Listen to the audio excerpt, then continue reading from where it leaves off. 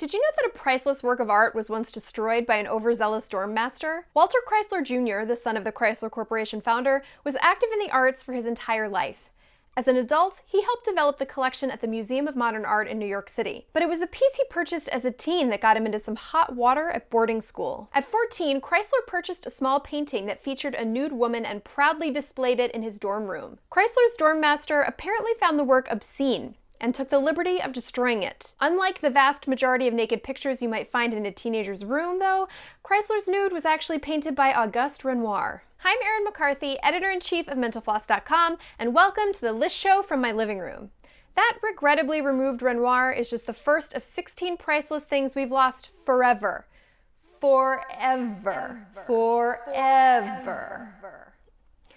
Let's get started.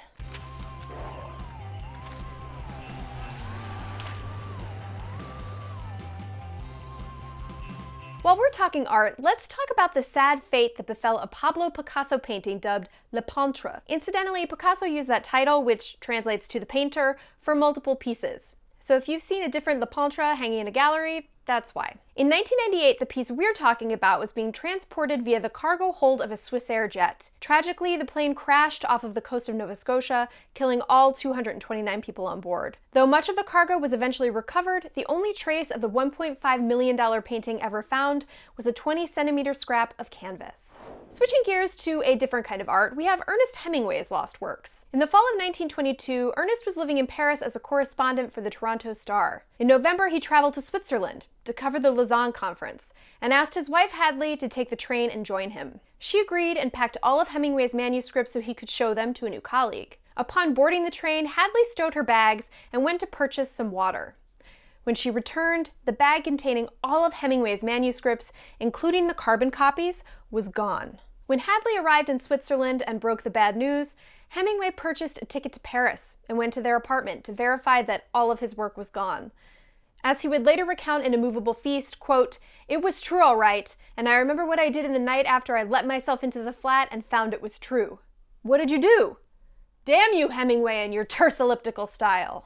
As sad as the Hemingway thefts are, it's an earlier incident that has been called the greatest crime in literary history. Before his death, Lord Byron wrote a memoir that was supposed to be pretty juicy, revealing scandalous details about his tumultuous marriage and alleged affairs. In short, a surefire bestseller. But upon his death, his three closest friends, including fellow poet Thomas More, got together and tossed the whole manuscript into a fire. Why? The trio argued that they were preserving their friend's reputation and protecting his family, but historians think they may have had other motives: jealousy and their own self-interest. For example, one of the men involved, Byron's longtime friend John Cam Hobhouse, was a member of Parliament, and presumably didn't want his reputation sullied by his association with the salacious details. Whatever the motivation was, what was no doubt a fascinating memoir is now lost to the ages.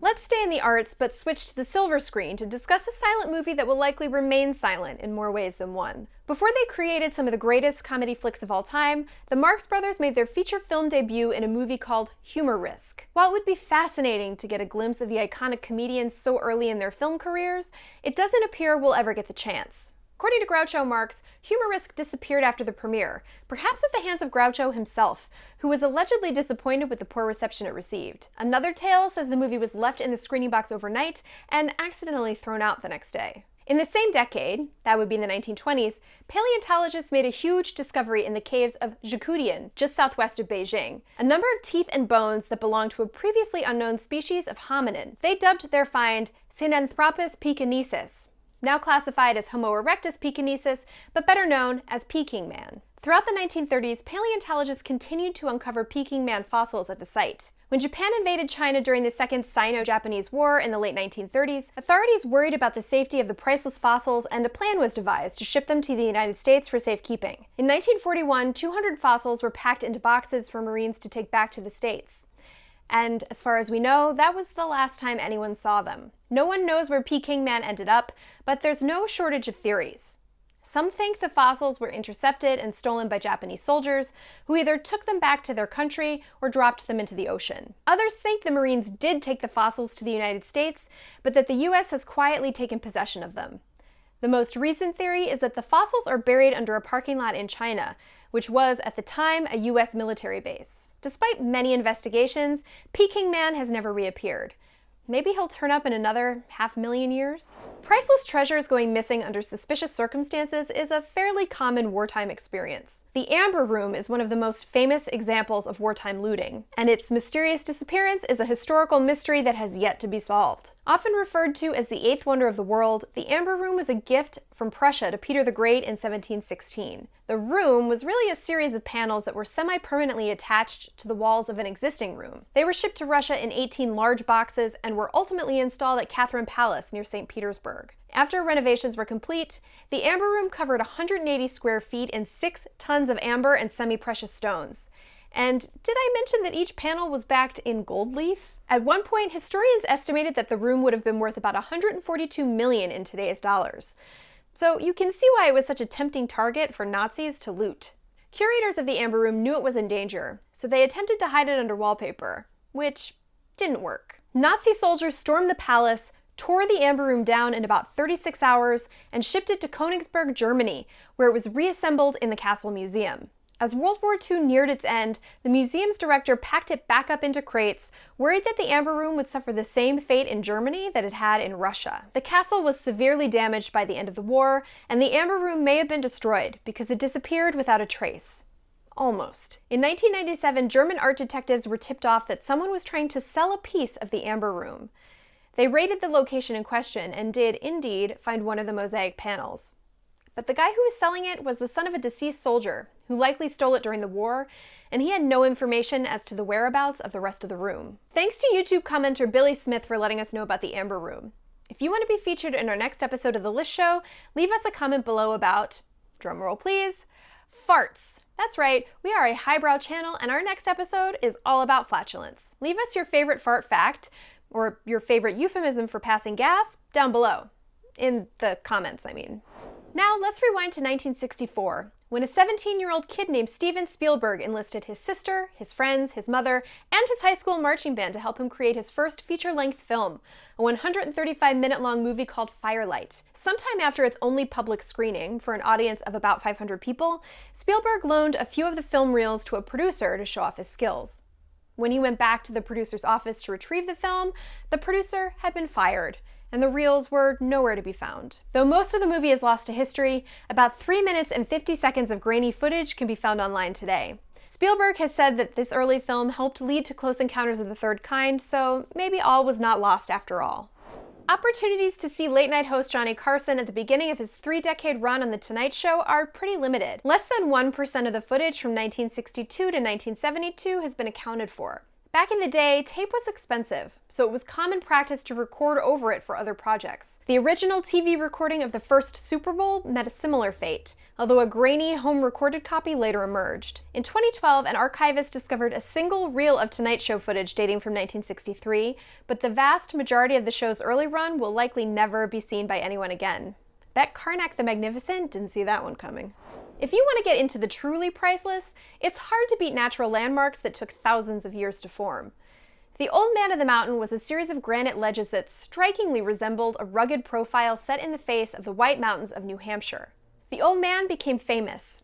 Daniel Webster wrote about him, Nathaniel Hawthorne's short story The Great Stone Face is said to take inspiration from him, and he appeared on official New Hampshire state everything, including the state emblem, state license plate, state quarter, and state route markers. However, after a long and fruitful life, the Old Man of the Mountain collapsed down the mountainside in 2003.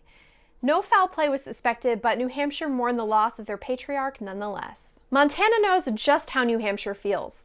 In 1997, the state lost the Eye of the Needle, a distinctive 11-foot-tall landmark akin to the famous arched rock formations in Utah's Arches National Park.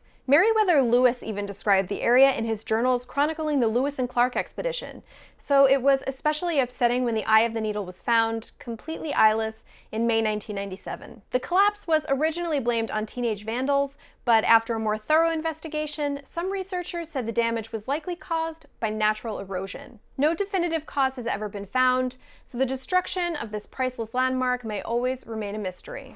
Then there's the time we put a stop to nature's stunning beauty on purpose. Waterfalls on the border of Brazil and Paraguay was an incredible display of waterfalls with a total drop of 375 feet and a roar that could be heard 20 miles away. To put it in perspective, it's said that Guaira Falls had twice the flow rate of Niagara Falls, which equates to more than 6,000 tons of water per second. Some estimates put the flow rate more than 2 times higher than that, a truly staggering display of power. When the 4.8-mile Itaipu Dam was erected, though, it completely submerged the falls. To be fair, the dam does provide about 75% of the electricity used in Paraguay and over 10% of the electricity used in Brazil, so it's not hard to see why the decision to build the dam was made.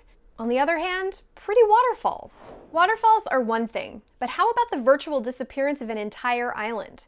That happened in Hawaii in 2018. It wasn't one of the big 6, but instead the 11-acre East Island, a breeding ground for threatened species such as the Hawaiian monk seal and the green sea turtle. Hurricane Walaka decimated the low-lying island. Although researchers expected East Island to erode slowly over the course of the next century, they were floored when it happened literally overnight. The Library of Congress has been burned not once, but twice. The first time was in 1814, when the British burned much of Washington, taking out 3,000 volumes in the Library of Congress. Thomas Jefferson helped rebuild the library's collection by suggesting that Congress purchase most of his personal library, which amounted to over 6,000 volumes. Had Jefferson still been alive in 1851, he may have regretted that decision. Thanks to a faulty chimney flue, the Library of Congress burned again, destroying tens of thousands of books, including 2/3 of the Jefferson collection. Many of the lost Jefferson volumes were replaced by other parts of the library's collection and generous donations, but none of them have the cachet of being hand-selected by Thomas Jefferson himself. Still, that loss is nothing compared to the loss of virtually the entire written record of Maya history. It's a tragic example of colonizers destroying native culture. In the mid-1500s, Spanish priest Diego de Landa deemed Maya statues, books, and papers, quote, superstition and lies of the devil, and proceeded to almost single-handedly destroy 5,000 religious images and over 24 works in just one town. The decimation wrought by de Landa and other Europeans was so complete that only 4 original pieces, the Maya codices, are known to exist today, along with some poorly preserved fragments that are generally unreadable. Maya scholars compare the act to the burning of the Library of Alexandria. We still don't know what knowledge was lost. For 1,500 years, a set of colossal hand-carved Buddhas stood sentry over the Bamiyan Valley in Afghanistan. Records show that the 175-foot and 120-foot tall Buddhas were covered in plaster and gems in their earlier years, but by the time the Taliban got to them in 2001, they were simply incredible works of sandstone sculpture. But that didn't stop the Taliban from destroying the priceless works. Despite pleas from art historians around the world, the Taliban demolished the ancient Buddhas over the course of 25 days, forcing prisoners to place explosives in holes drilled into each statue. Although there have been talks of rebuilding the Buddhas, either from scratch or using the pieces that were later salvaged, nothing has come to fruition yet, and no replacement can come close to the cultural and historical value of the ancient originals. On the plus side, sometimes things that might have been lost forever do turn up again. As of 2002, there were only 6 surviving American Indian objects that could be positively identified to have been acquired during Lewis and Clark's famous expedition in the early 1800s. Then, in 2003, 2 collection assistants at Harvard's Peabody Museum were photographing items in the Oceania storerooms when they discovered a grizzly bear claw necklace that had been mislabeled. Further research revealed that the necklace had been acquired by Meriwether Lewis and William Clark on their exploration of the American West, and that it had effectively been missing since it was mislabeled in 1941. Next time I lose my keys, I'll make sure to retrace my steps and then call the Peabody Museum's Department of Oceania. Don't forget to leave those sweet-smelling facts about farts in the comments for a chance to be featured in our next episode. That'll be up June 17th. But don't forget to check out a new episode of Misconceptions next Wednesday, the 10th. We'll see you then.